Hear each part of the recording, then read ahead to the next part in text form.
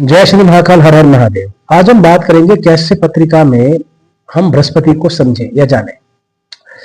लाल किताब शास्त्र ना अपने आप में एक बहुत ही डिटेल्ड शास्त्र है। अब आप समझिएगा कि जब मैंने उसे पढ़ा तो मैंने कुछ बातों को उसमें बड़ा ध्यान से समझा। उसमें क्या किया गया है कि जब भी हम लाल किताब शास्त्र पढ़ते हैं तो जिस भी भाव में काल पुरुष के जिस भाव में कोई ग्रह उच्च नीच का या अपने स्वभाव का होता है तो उसके अनुसार आपको उपाय करने होते हैं। अब आप समझिएगा कि पत्रिका में यदि मेरे दशम भाव में बृहस्पति बैठ जाते हैं तो एज पर लाल किताब, क्योंकि वहां पे जो भाव की जो स्टार्टिंग है वो मेष राशि से ही होती है। खाना नंबर 1 से 12 के अंदर मेष से मीन तक ही राशि बैठेगी। वहां पे वैदिक ज्योतिष की तरह तात्कालिक कुंडली नहीं बनती है, जैसे हमारा लगन बन जाता है वैसे कुंडली नहीं बनती है। तो 12वें घर के अंदर अगर मैं कहूं मीन राशि है तो उसे काल पुरुष की मीन ही राशि माना जाएगा, चाहे वहां पे तात्कालिक रूप से कोई भी राशि बनती हो।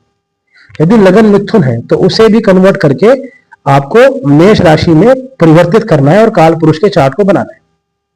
अब काल पुरुष के अनुसार जब भी दशम भाव में बृहस्पति आते हैं तो उसको बृहस्पति की नीच की अवस्था कहा गया है। अब ये शुभ अवस्था नहीं है। तो लाल किताब में बड़ी सरलता से एक शब्द बोला गया है कि जब भी किसी जातक की पत्रिका में खाना नंबर दशम में अगर 10वें में बृहस्पति बैठ जाते हैं तो ऐसी अवस्था में व्यक्ति को शनि देव की क्वालिटीज को अपनाना चाहिए। मतलब यदि व्यक्ति समाज में सम्मान चाहता है, ऊंचा पद चाहता है, तो वो ज्यादा सहज ना बने, वो थोड़ा चपल चालाक तीव्र बुद्धि का बने, सामने वाले व्यक्ति को समझ के उसका उत्तर दे, कभी भी किसी से दबे ना। यदि किसी से काम निकालना है तो आपको चपल चालाक तो बनना पड़ेगा। शनि की तरह गहरी सोच वाला बने, किसी भी चीज को लेट इट बी ना बोले कि भाई कोई बात नहीं कर लेंगे, कोई बात नहीं आप देख लो कर लेंगे। अगर मुझे आज के समय में मेहनत करने के बाद भी मैं ग्रोथ नहीं कर पा रहा हूं और आपके नीच के बृहस्पति है तो ऐसे में मैंने कई जगह नोट किया है कि जातकों के अंदर बृहस्पति की सरलता इतनी ज्यादा हो जाती है कि वो हर चीज को लेट इट बी कर देते हैं। लेकिन कुछ ऐसे भी जातक देखे हैं जिनके नीच के बृहस्पति होने के बाद भी उन्होंने जीवन में बहुत तरक्की करी है, क्योंकि उनमें चपल चालाक, उन्होंने शनि देव के एट्रीब्यूट्स को अपना लिया। पहली बात तो ये हो गई। अब दूसरी बात यह है कि यदि मुझे लाल किताब के अनुसार बृहस्पति को बेनिफिट्स देने हैं तो मुझे उसके मित्रों की हेल्प लेनी होगी। अब हम सभी जानते हैं दशम भाव के अंदर या खाना नंबर 10 के अंदर आपके मंगल उच्च के हो जाते हैं।